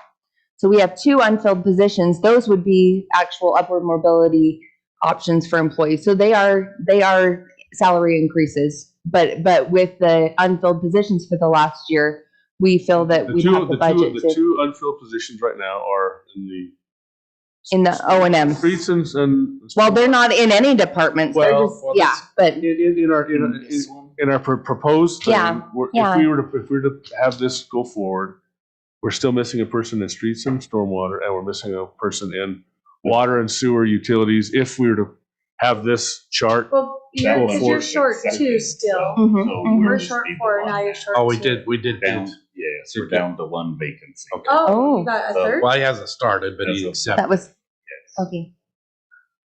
I'm fully staffed under the current position. We're just missing 1 in streets and stormwater. And if this org chart goes forward, But it will we're also- adopting the org chart with the meter reader going from part-time hours to the 3/4. Are you looking at a different pay structure too, because we're specializing? Yes, we are. So right now, if Tyson gets an application for an O&M, whether it be 1 through 3, it's very generic. And so he's actually sat in job interviews where it's like, okay, so I'm ready to go out and mow some lawns. And he's like, no, you're going to be in some ditches. Right. and so there will be a weighted pay structure based on the type of work that they're doing as well. Why is it more to jump in the ditch? Well, you get the certification. Well, and certification so that we keep our water, And give them a quality and path. Hey, Better. up some. Right, and there's actually a growth path, and I mean, hopefully we have Tyson for another 50 years, but obviously you want to have planning for future development within the department as well. And so the main intents with this are really those purposes, and I think just to kind of help clarify what some of those roles are to increase that accountability. I think we hit on everything. Oh, so this is the proposed distribution, and did you have something, Tice? My one other big part with this setup is to try to get you that backup. So if I'm gone at the current point, you just have to wait until I get back for 90% of that list. There's some of them, some key items that individuals would be able, but for the most part, if I'm not here, they don't get done. The next level down, if that person, this position exists, he's got a backup out in the field when he's away. It's to give your staff a level of security that they don't feel trapped, that they can take time off, give you a place to move up and make a career out of, where obviously that was a big part of why people have left them recently is to them, this is a dead end job. There's nowhere to go. There's nowhere to strive for, because it's just, here's your 3 options, and then you have to wait, and it just doesn't work when you've got the new people coming in and they're looking for careers to start families, and to give yourself backup at every level. So at each tier, you have the person dealing with the specialized stormwater can back up those items. So. Well, it essentially improves the quality of services for the city overall.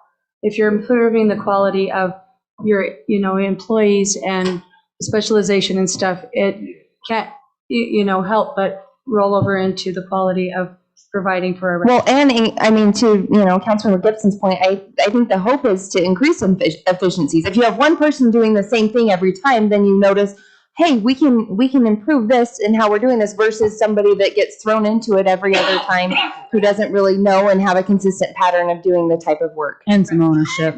Yeah. Sure. And you don't get burnout as much, and you get, so. So Bob is our Park and Recreation facility right now. Mm-hmm. Our foreman, yeah. Who's the streets and stormwater? Is that Jeff? Mike? Right now, Jeff's been sort of heading that up as an O&M too. What's Mike? Big Mike. Excuse me. So I've tried to function out more in this setup without the official. Let's don't try to plug names in these, because they don't exist yet. Sorry. Yeah. Oh, okay. Sorry. You're right. It's relevant. Who's doing? There isn't anybody. There is. And mainly Tyson, There- but he there has are- been trying to spread. So It wasn't, who was yeah, Bart. Tyler? Bart Cragen was the older. He was the old. He was doing stormwater. And let's just be careful with throwing names out there. Yeah. Sorry. Well, no, really, I just. Meeting. Well, Mayor, so had even it with that awesome stuff, scenario, yeah. you think of them in that way, but you were trying to do those things with an O&M 3 whose job description is nowhere near the responsibility. So when things aren't being carried forward at that level, there's how do you can't hold them accountable. Yeah. You can't take that responsibility and hey, you aren't keeping up on your Where am I? sheets. You're not keeping up on all the tracking you need for the reports. If that's not happening at an O&M 2 and a 3, This is a no-brainer. We should have done it years ago. B makes you No, responsible where you were. for You're that like- level of stuff. So So that's to going to keep make this comment, but that many legal state requirement items We should have done functioning this. under the current setup is tough. Can I, very and Mayor, I'm dying to make a motion. I think it's amazing. Well, you can make a motion, then we'll. I think you had great discussion. Oh, wait, I have a few more comments. You can do them later. What if we quietly do the others? we need to get out of the rabbit hole. This is great work, by the way. It looks fantastic. Amazing, Makes great sense. The color coding's fantastic. I love it. I messed that up initially. I didn't have water as blue and I got in trouble. So I'm just saying. Are we good? Are we done discussing? I'd like to make a motion that we adopt the Public Works organizational chart, subject to budgetary constraints, and also we would be implementing it incrementally. I'll second the motion. Okay, motion by Arrington, second by Bailey. Further discussion? Yeah, my comment is Okay. I don't know how he sleeps at night with him being the old, but when I thought more about that, it's like, I don't know how you sleep at night or you sleep That's at why night. we're doing it. Because this is something we should have done a long time ago. I mean, we've grown a lot and I understand why we haven't done it, but it's really a no brainer and it really improves the quality, like you said, and it's the right thing to do. Yeah, they've done an excellent job of putting this together and yeah, it's a good thing.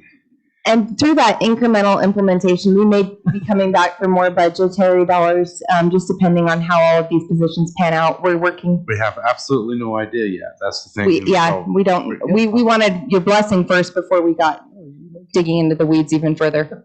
Like I said, the concept is invaluable. I mean, it's so, yeah, you can't put a price on having a decent organization. So Very well done. Yeah. any further comment? If not, I got a motion in a second. All in favor? Oh, wait, I had It took a comment. big, that we're supposed to like send smoke signals or go mayor or something. Mayor. Not- No. No, I was just going to encourage us all at the time of the budget to make the hard decisions to make sure this works. Ta-da. All in favor, say aye. Aye. Any opposed? Thank you. Thank you all for the support and thank you I again, know Tyson. Tyson had more, but sometimes less is more. I don't know if I will ever learn that, so thank you. We'll work on that. All right, closed meeting. Do we need a closed meeting? I don't have any items this evening. I don't either. All right. We have a redevelopment agency meeting real quick. Do we need to? Let's keep chewing. Daniel. Thanks, Daniel. Thanks. Thank You you. too. I know, that's Dave Wade's brother. Oh, really? I know, it's like apples and oranges. What happened? Secret. All righty. Strike that off the record. Other business. Anything? Strike that off the record. We'll let Tyson go first if he has anything. He's probably said all he wants to say and he wants to go home, so. Oh, Oh. yes, do tell. Jimmy took the mechanic position back mid-December. Jimmy, mechanic Jimmy. Yes. He's been doing phenomenal it's amazing. You get out on the road and you think you've ironed it and there's a pinhole in a hydraulic hose and he's did a great job just stepping in and Putting pinholes in hydraulic hoses? They rub a lot down in the No, never mind. hydraulics. Sorry. The problem with the flow chart, where's the Founder's Day person on here? That's a general Yeah. function. Sorry, Jimmy. Harvey Olson started this week for the parks. Is he full-time now?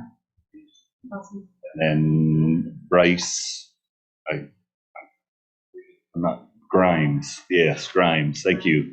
He just accepted yesterday, so officially, and they'll start Monday, so start the new year off Charlie, Jimmy, Bucks. a little closer to full staffed again, so, Good job. Thank you. thank you. Thanks for all you do, Tyson. Thank you. Thank you. Chief, anything to report?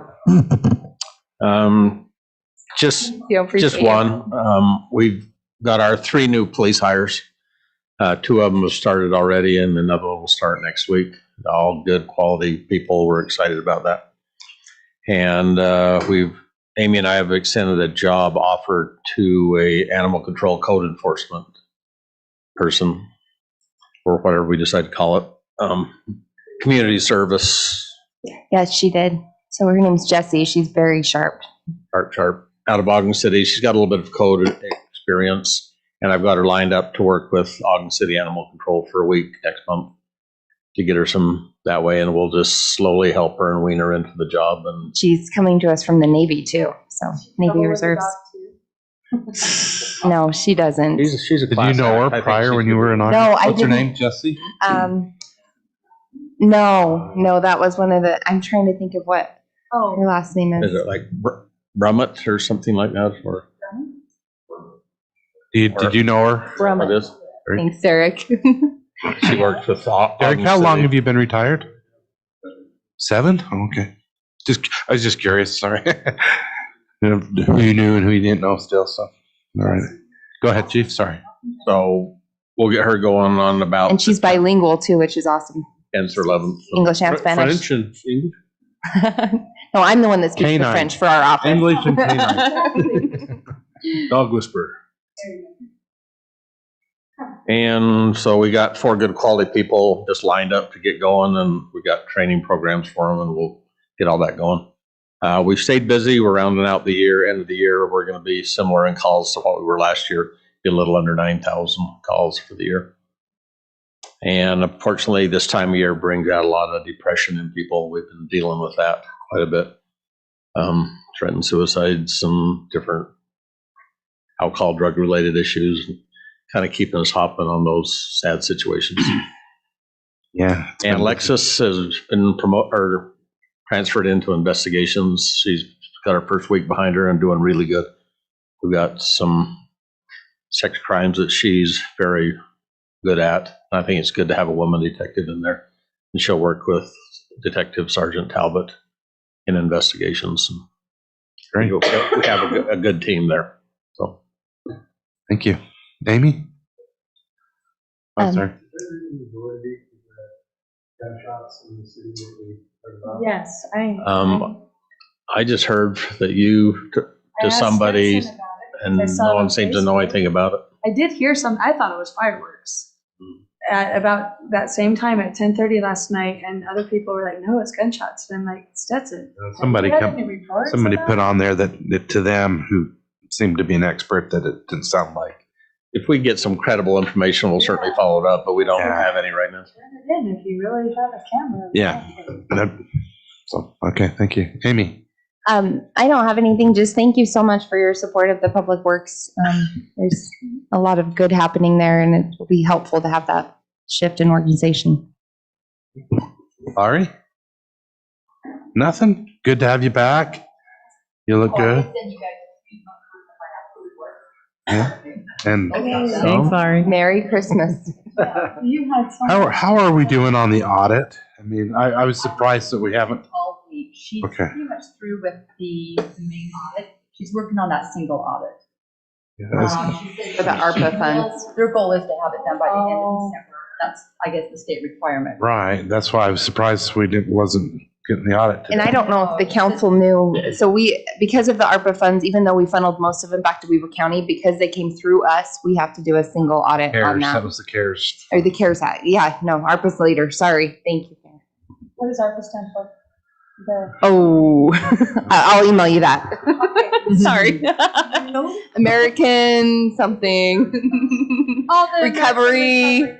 It's the after CARES, the newest, latest, greatest. For the infrastructure. Sorry. So I did, we should Pass the test. Okay, great. Good to have you back.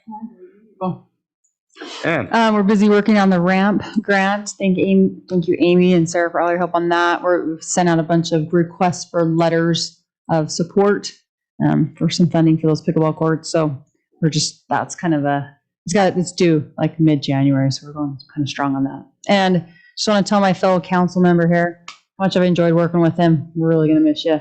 Thanks for being a part of us for a couple of years, and we wish you all the best. So it's been a pleasure. Thank you. Mr. Bailey. My turn. I was going to leave you to last, but she segued into it, so we'll do it now.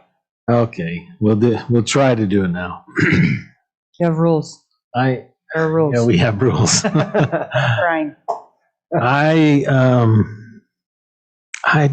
love Pleasantview, and it's a great place to live and a great place to serve. And it doesn't matter if I'm on the city council, I'll still be involved. And I just, as a council, we've gone through some, how do you say this in a nice way? We've gone through some brutal attacks over the past year and a half or so. And some of them have been very personal, and some have been as a group. And I want to thank everyone and really just almost praise everyone for the way we've stuck together and handled those trials, and the way even though we don't always agree, I've been on other city councils where the disagreements were nasty and ugly, and I'm just glad that we, as a group, have been able to agree to disagree on some things, and appreciate your friendship and appreciate the opportunity to have been able to serve. So I also want to thank my dear wife, who has been more than patient for the 11 o'clock at night phone calls that we often get, and all of the time I've been away from home while we've been serving. So thanks a lot to everyone. Thank you, Mayor, for your confidence, and I hope all of you, I wish you the best, and it's just been a real pleasure. So thank you. More to No follow. tears. I did good. Sarah. Just as a cool note, we got Admiral Beverage emailed me back, and we may have a major sponsor. So anyway, the pickleball. But I also want to echo Ann's comments and tell Kevin how much I appreciate him. I've known Kevin not as long as the mayor, but I've always looked up to Kevin. He's always been somebody that I've respected and valued his opinion, and and I really appreciated his time here. And I think the world of him and Christy. And I'm grateful that we've had a chance to serve together here on City Council. And I know you're not going far. We wouldn't let you even if you tried. And you've made a huge difference. And you deserve all the respect and praise. And I think the world of you. And so I'm just grateful for all that you've done in our friendship. And I'm going to miss having you be here every night. Well, not every night, every time we're here. My mind, you know what I mean. But anyway, you're awesome, Kevin. Thanks, Sarah. Yeah, I don't have any business stuff, but I do want to echo what's been said about Kevin. And I couldn't have imagined a better council to start with for me. And it's been all of your mentors to me, and I really appreciate that. And Kevin's taught me an awful lot over the years, and been neighbors, and I'll miss seeing him here because once I moved away, I don't see him anymore. But I do appreciate what you've done here and the words that you've said, and I agree with you. Thank you very much. Steve? Well, I'll add that amen to everything was said. And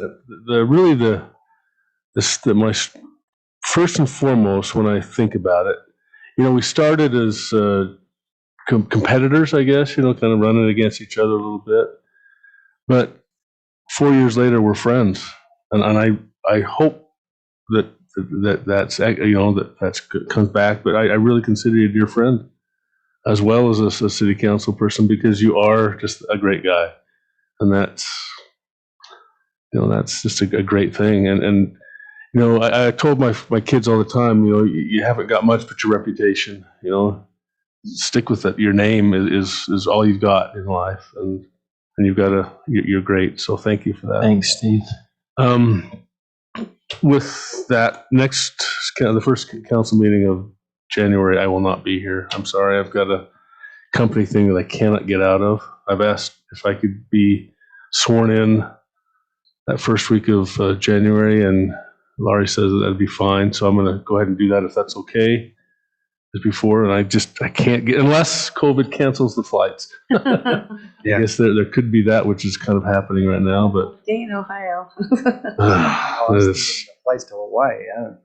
But anyway, it's just been fun, but I will miss that first meeting. So save my seat. Will do. Don't give it away. This is my spot. I've got a good eye right on Amy. There's going to be 15 studies on your spot when you get back. You're welcome. Thank you.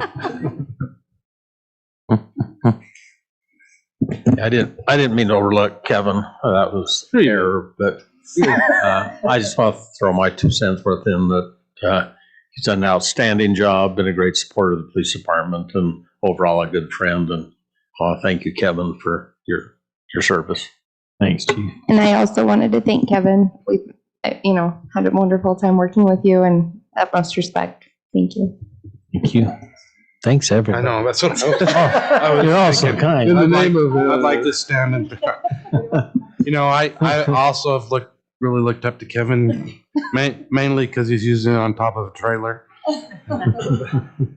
No, it's really good to have such a older and wiser dear friend. He really is full of wisdom, and the man can do anything. Got a bad back, though. He does have a bad back, and I can relate. But he really can do anything, jack of all trades, and one of the most loving, understanding, compassionate man, full of empathy, as you've seen with people that we deal with. Sometimes he gets really passionate about it, and that's a good thing. He has served the citizens of Pleasantview so extremely well, and I for one am very sad that he's not going to continue on, and going to miss him here. That's about it, because I'm going to see him all the time. But Well, he's got to help us finish up this Veterans Monument, so. Oh, I'll still be here for that. thank you for your service. I'll be around. Founder's Day breakfast. Other duties Every is year. assigned. We'll Yep. This really has been a great council. When I was on the council before, we didn't always get along really well with everybody, and this has been a council that has just been like Kevin mentioned, just agree to disagree, and that's so trite. I know that's overused, but it's so accurate to describe how we've interacted. So thank you. All right, with that, I'd entertain a motion to adjourn. So moved. You're gonna do that second. All in favor, say aye. Aye. Hi. And don't run off. I'll call got to it order the ready. Pleasantview City Redevelopment Agency meeting this December 28th, 2021. Time is 7:53. Consent item, minutes of October 26, 2021. Anyone want to make a motion? I'll make a motion. We approve the consent items. Hi, Derek. I'll second that motion. Motion by Bailey, second by Yuri. All in favor, say aye. Aye. Any opposed? Motion carries. I'd entertain a motion to adjourn. So moved. Second. All in favor, say aye. Aye. Aye. We are adjourned. Sweet. Done. Oh, that is it. Wow. It's final for giving up He's your going to turn in his key card.